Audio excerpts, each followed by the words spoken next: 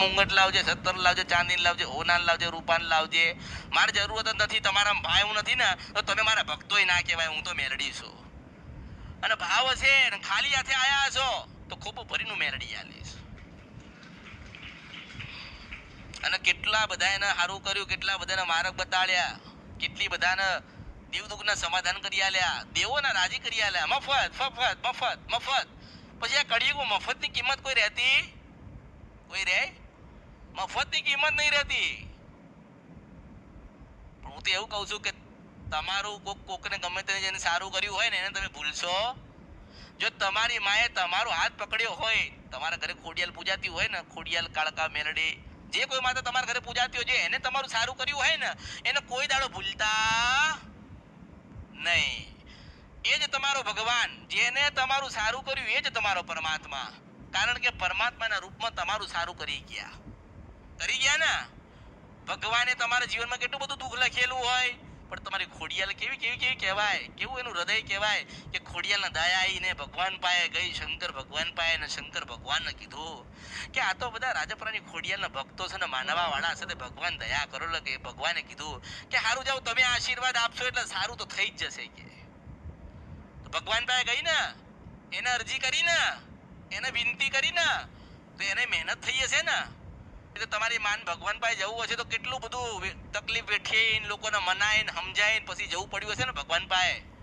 અને પછી સુખ લાયા ને સુખ તમને આલ્યું અને તમે બધા ફાટી ગયા. પૈસા વાપર વાપર વાપર વાપર વાપર, આયા છે તો કે વાપરો, કાલ નહીં આવો શું કરશો?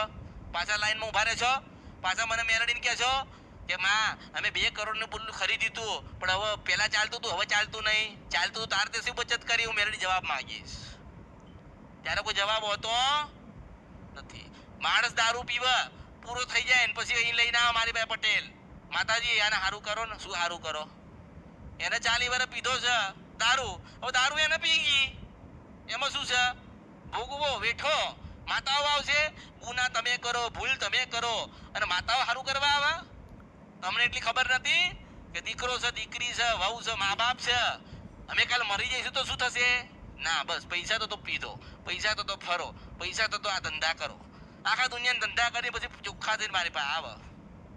હવે મારે શું કેવું? મા બાપ આયા હોય, પત્ની આવી હોય, નાના બાળકો આવ્યા તો હું કઈ રીતે ઠપકો આલું?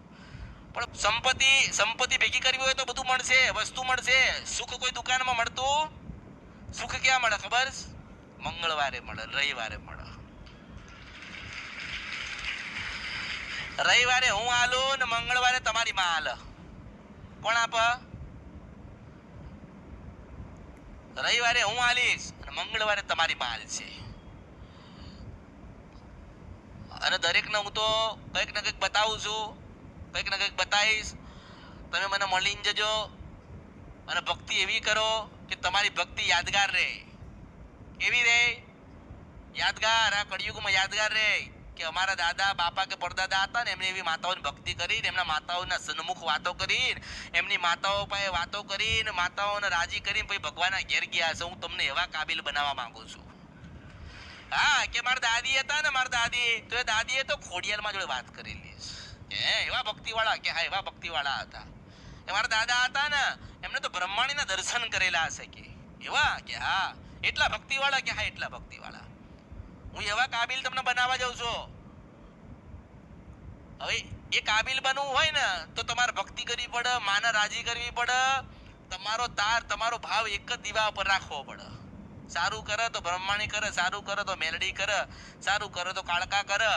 અમને વિશ્વાસ છે ને શ્રદ્ધા છે. જેને જેને શ્રદ્ધા ને વિશ્વાસ ભાવ રાખ્યો ને એનું આ કળિયુગમાં નાવડું ડૂબ્યું નથી. ઓળખો. એટલે તમે દરેક મારા, હું દરેકની છું.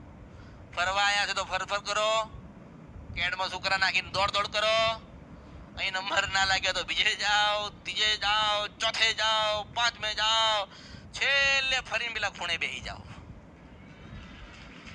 ઓળખો. અમુક જણા કે અમે તો કેટલા બધા સુખી છીએ, તો કે માતાજી પાસે જઈએ, અમારે તો ફોટો પડે. હે ફોટો પડે? તારો ફોટો તો પડાવવો જ પડશે. હું મેલડી એવું તારો ફોટો પાડું હું તો જ જગતમાં તારો જય જયકાર થાય, તો જ દુનિયામાં તને કોક જોવા, તો જ તું સુખી થાય ને તો જ તને તારી માં મળે. મને ઓળખો ને તો જ ઓળખાય.